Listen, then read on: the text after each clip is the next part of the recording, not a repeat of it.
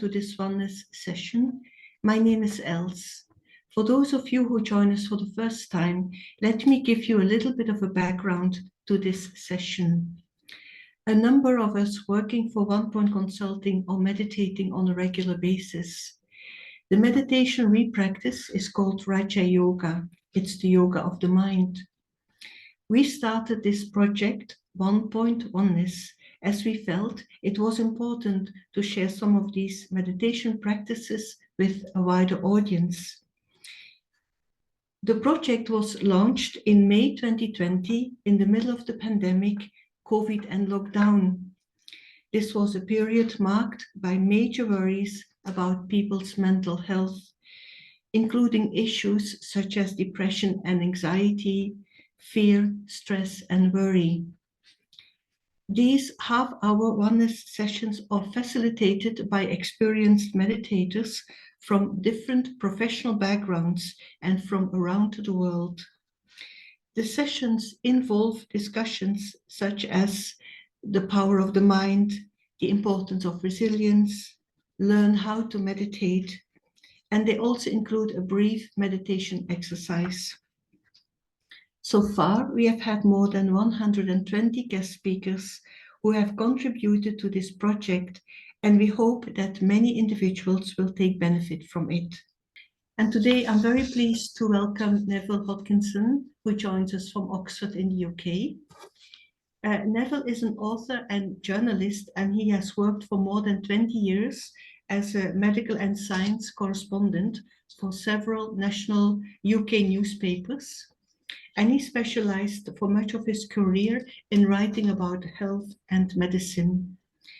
Neville has a particular interest in building bridges between science and spirituality, and he has been a co-organizer of 4 international symposia on science and consciousness. Neville has also written several books like I Know How to Live, I Know How to Die. These were the teachings of Dadi Janki, but also Will to Be Well, a real alternative medicine. Neville was married for 25 years to Liz Hodgkinson. She's also an author and journalist, and the couple have 2 sons and 5 grandchildren now. So I'm very pleased, Neville, that you can be with us today for this oneness session. And the topic for today is Beyond Thought, Accessing the Power of Silence. So warm welcome, Neville. Thank you very much, Els, and thanks to those listening and watching. I hope that I'll be able to say something useful on this topic, even though I'm inviting everyone to go beyond thought. I've been thinking about it and accessing the power of silence. It's something that is really aimed at a kind of holistic healing inside ourselves. It's not enough, I've learned, either just to feel something like beyond, which meditation can do. You can have a lovely transcendent experience. That's good. That gives you a taste of something deeper. But that in itself isn't enough, because you need understanding in order to be able to negotiate this very tricky world. But understanding alone isn't enough either, because if you've got understanding but it remains in your head and it's not actually working right through you as a human being, then that too is not going to really do the job properly. It'll give you perhaps some temporary tools for making your life a little bit easier, a bit almost like it could be having a bucket of water, cold water poured over you in a torture chamber, which is not terribly good for you. So what's really needed is a very, very deep healing. And what the case that I want to sort of touch on is that comes about through accessing something that is beyond thought. Thinking is useful for taking you to that place beyond thought, but you need more than thinking. You need more than ideas. You need more than understanding. And you need more than simple transcendence. You need a kind of feeling of truth, such that it kind of radiates right through your being and starts to transform you and give you the strength to be in this world and yet negotiating it without being destroyed by it. because there are many, many pitfalls out there. And it's becoming more and more clear to more and more people that we really have, we are on a, what do you call it, a kind of hiding to nothing, where so many are trying to improve the world, that people are worried about the environment, that people are worried about our mental states, people worried about our health, our diet. But somehow, despite all the efforts that are going on, still there seems to be a kind of downward trajectory. And I think that is something that has to be acknowledged, but that it is also possible within the acknowledgement of that downward trajectory to start to bring in a fresh hope and a fresh vision. But it requires a very, very deep and substantial commitment, a kind of faith in the future and a commitment to building that future, which is not such a simple matter, as I've learned through many years on a journey of Raja Yoga that Els mentioned in her introduction. Raja Yoga is a very beautiful understanding, but it's more than an understanding. It's like a resonance that you're trying to bring into your being. And when you succeed in that, there is real transformation. But it's a long journey and all sorts of pitfalls along the way, rather like John Bunyan's Pilgrim's Progress. I read that as a child, and I've certainly been reminded of it quite a number of times during my own journey.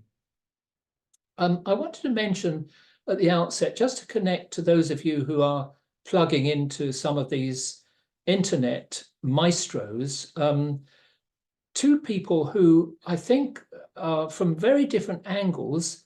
You don't need to know about their work, but many do. Jordan Peterson and Gabor Mate. Both of these guys are expressing the need for us to regain a deeper sense of identity, a kind of unity in our identity. Jordan Peterson, from his quite sort of masculine end of things, very passionate, very, very genuine desire for us to get out of the fractured identities that he sees as so destructive. And Gabor Mate, from a more gentle, feminine perspective, from his own suffering, his own experience, seeing the role that early trauma in life contributes to these fractured identities that Jordan Peterson becomes so passionate about trying to counter. Both of them in their different ways, and many of you will be familiar with their work. Both of them in their different ways, I think, are calling for, not necessarily providing an answer, but showing the need for some restoration of wholeness inside us. And that's really what silence can do. Jordan Peterson says we're at odds with one another. The reason that there is so much division and debate in today's world is because we've got such fractured identities.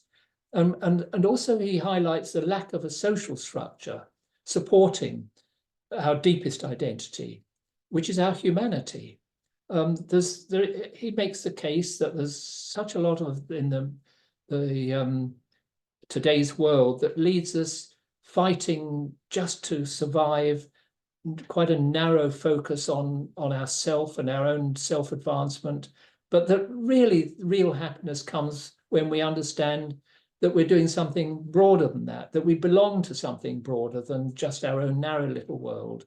And when the compassion and humanity that are our truth are accessed much more, when we act from that, definitely everybody knows that when you can give a helping hand to a friend, when you put your own needs aside sometimes for the sake of some higher purpose, it brings such joy.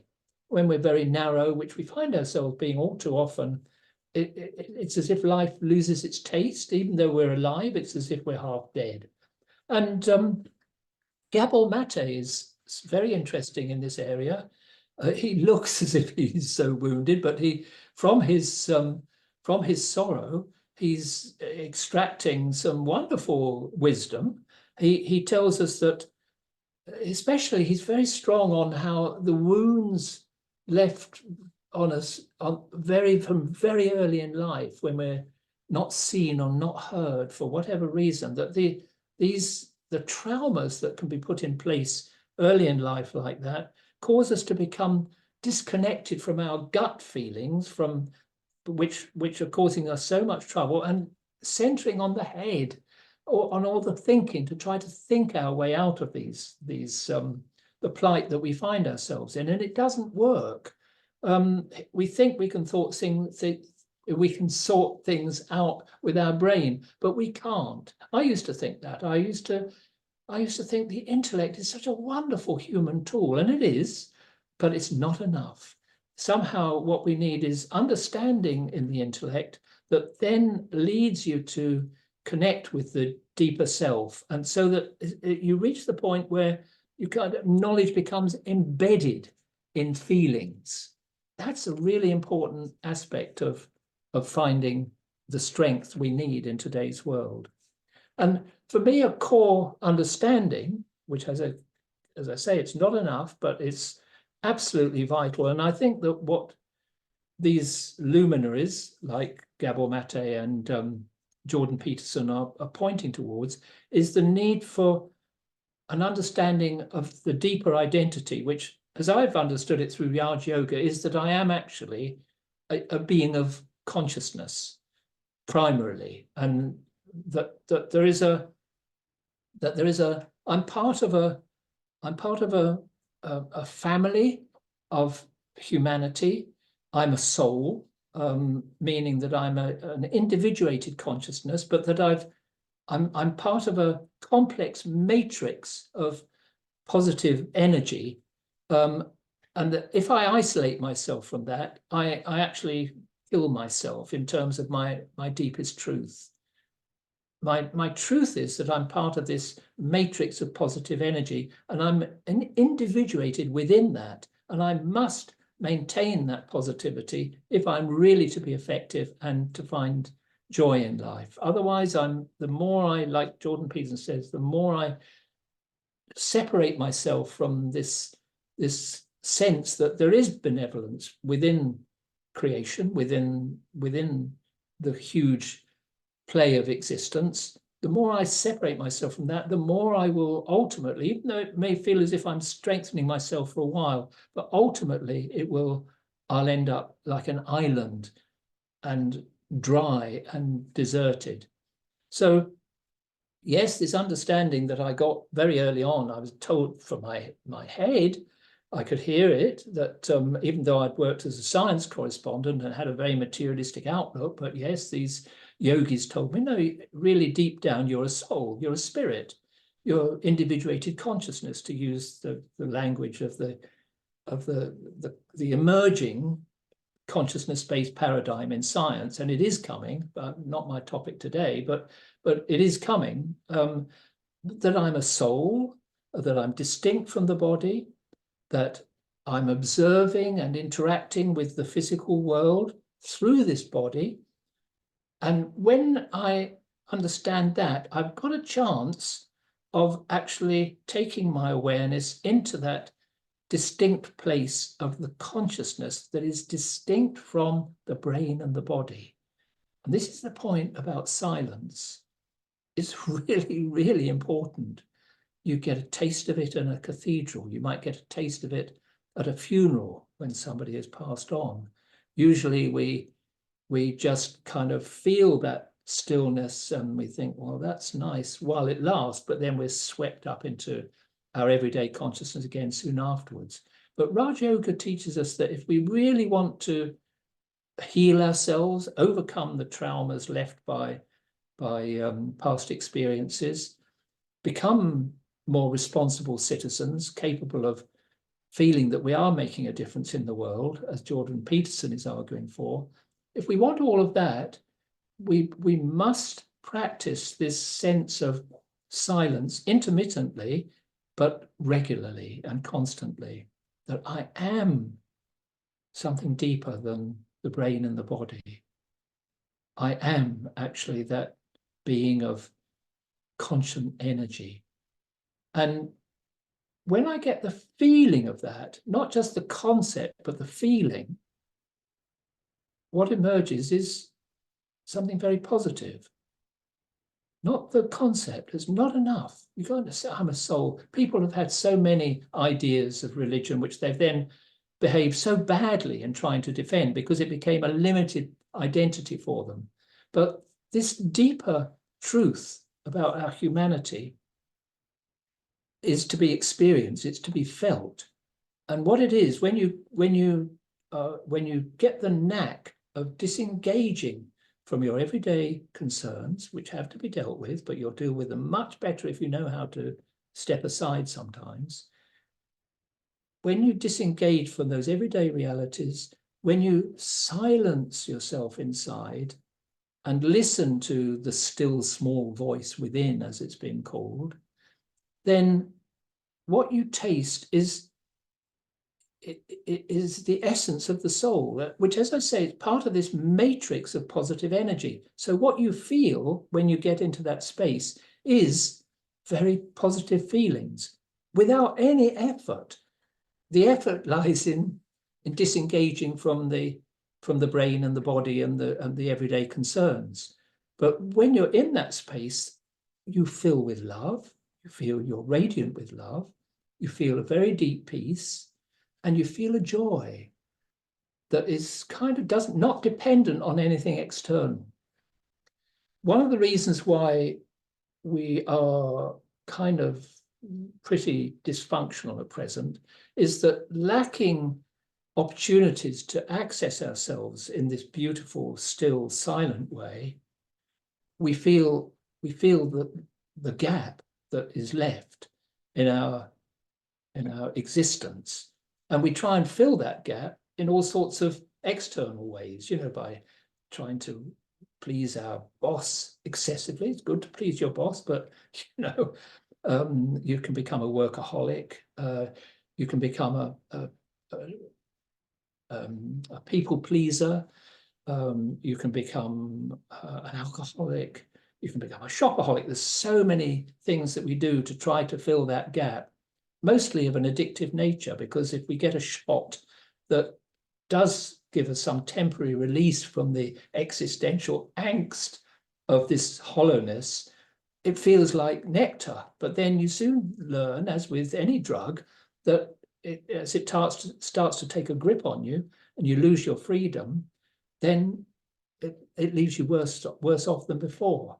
So you see the connection between these dysfunctional behaviors where we find ourselves running around doing this, that, and the other to try to fill that hollow, and the need, if we can learn it, and it's taken me quite some time to get the knack, but I'm definitely on the path to touch base with that inner self.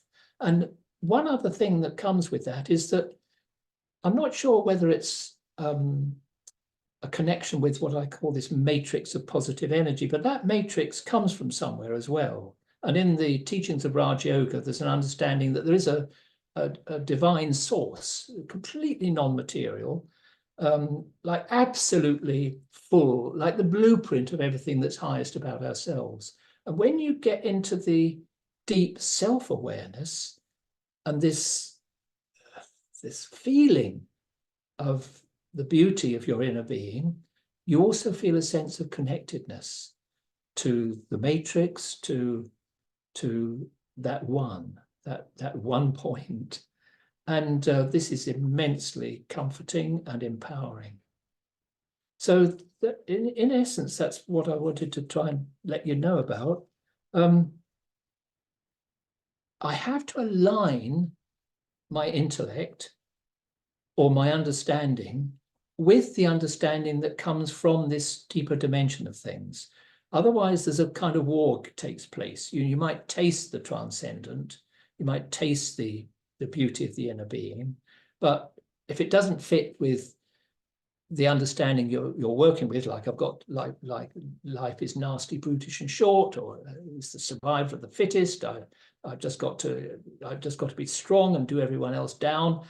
you will not be able to keep those doors of perception of the deeper self open. You will not. It's absolutely impossible. So along with learning how to access that inner truth, your outward understanding also has to start to change. And it will automatically if you hold firm to the faith that, which is not a blind faith, it's a faith that stems from experience and logic, the faith that this blueprint of beauty is mine for the taking, but that I'll need some attention in order to allow it to regrow in myself, re-emerge in myself. It's there, it needs to re-emerge because it's been so covered over by the consequences of the sort of things that Gabor Mate and Jordan Peterson have been talking about.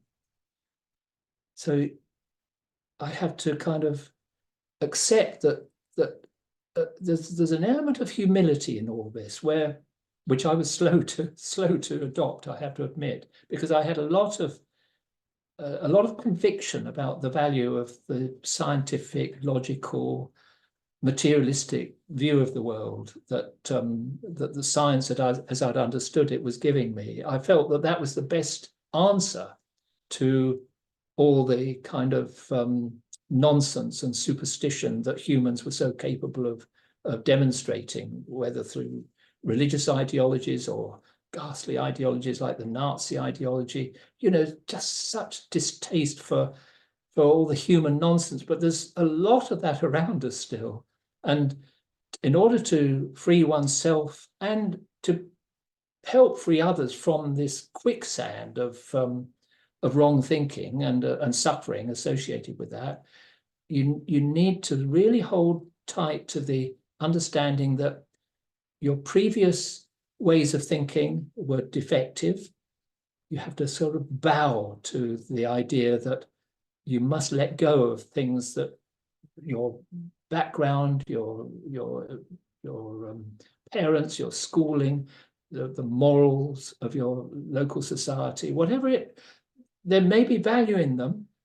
Not that you have to throw everything out, but you have to question if they are in contradiction to this core truth of love and beauty and joy and peace. Things that get in the way of that, like, I'm going to kill you because you don't believe the same things as me, or I hate you because you don't think the same way as I do. That is absolutely contraindicated if you want to be a part of the building of this fresh growth of truth in our world, which will come. I'm absolutely convinced that it's coming, even though things are degenerating around us also. There's darkness, but there's light coming through more and more candles. But it does take courage to really embrace this, because one of the reasons it takes courage is that when you have a go at living more from that inner space that you've learned about through your meditation, you're inevitably going to fail, in the sense that the other conditioning is in you also, and circumstances will re-emerge that. And so sometimes you fall flat on your face and it hurts. You realize that you've let yourself down compared with the new standards of behavior that you wanted, and you're trying to let go of the way you hid from this inner beauty previously by pretending that, oh no, I've just got to be strong, it's fair enough for me to be critical of others, to be judgmental of myself, all the rest of it, all those bad habits. You have to really realize that those are unhelpful, and that you have to be brave in, when they re-emerge, as they will, you have to be brave in not minding, but motoring through it, holding tight to the vision that truth and beauty are in there, waiting to be recovered, and that this is the time for their recovery as well. This is magnificent understanding. It answers the questions being raised by the countless luminaries that you can read and hear about and listen to on the internet and elsewhere. All the self-improvement books, all these things. they're great because they're showing us the need, but this is how to find the power to fulfill those needs. And that I find enormously encouraging and empowering, but yes, courage is needed to do it. So this is now my own foundation, constantly remembering that that was my truth. It is my truth eternally underneath, because spirit is eternal. It's like souls use these bodies to play parts on a stage. These are like costumes that we play one part, but and all the energy I might put into the part is fine if it's positive energy, but what really goes with me is the condition of the inner being, the soul. That's what I'll carry into my next role on this stage. And there is also an aspect to all of this where you can take your mind right away from the stage into a place of origin, which is a bit like the seed of the whole of this human family. So these are some starter ideas. Some of you may be familiar with them, but I really would encourage you to give this a go, because I feel as if it's incredibly important, both in countering the stupidity that we find ourselves living by when our intellects have become addled by these bad habits that we developed because of the inner hollow. So countering that, and also encouraging the emergence of this fresh growth of understanding that is embedded in our being, which is a wonderful thing if you think about it. Okay, all right. So that's maybe we have a few minutes of I'll try and just give you a sense of what I do with my thoughts. I've already been doing that, but the thoughts that take me beyond thought, the thoughts that access this power of silence. So you haven't had much silence from me yet, but anyway, I hope you get the idea that silence is not emptiness. Silence is a stepping away from brain circuitry and the physiology, the stress hormones, the ambitions, the frustrations. It's stepping away from all of that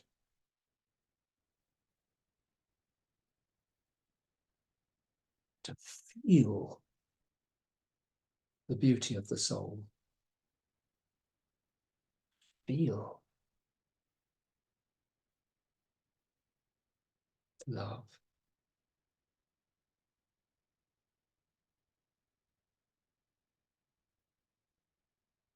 Feel the peace, the stillness, the strength.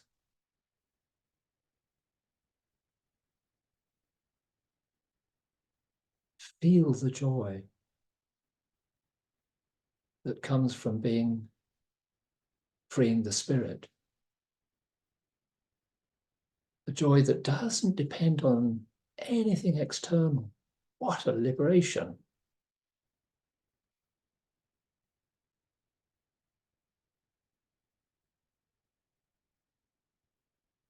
And within these feelings, a sense of companionship, of connectedness, of mercy towards myself, my limited self, who still has to manage everyday life, and towards others. We're all in the same boat. We're all those individuated units of consciousness. who have these beautiful truths at the root of our being. But let me see that.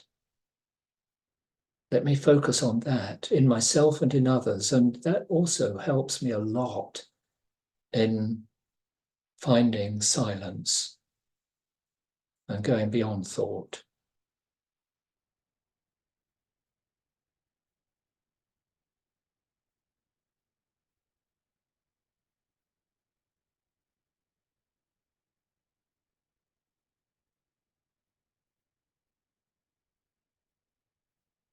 And you only need to do this periodically, perhaps at the start of the day, at the end of the day, to even within a second, you can touch base with this feeling during the day once you've got the knack. And it puts a space between you and the part that you're playing that actually helps you view things with a greater detachment, that also means that you don't hurt so much and you can remain more true to your loving nature, even in everyday activity. You may have to get cross about things sometimes. I'm not saying that we should suppress our feelings. They need to be faced. And sometimes we need to learn how to establish boundaries so that we maintain and protect this endeavor to re-emerge this inner beauty. Yes, it's not a weakness. This is a strength. But it's a strength that doesn't, it's a non-violent strength. It's a strength that that promotes connection with others, not disharmony. So it's great for the workplace. It's great for relationships. The more we bring this into play, the better the lives we can lead. Okay, thank you very much for listening. Else, are you there? Yes, I'm here. So thank you so much, Neville. It was really very beautiful how you shared your thoughts on this topic. And what I like is how you actually talked about the importance of holding on to positivity in our lives so that we can really experience the joy of life, but also the importance of accessing that inner silence and that inner truth.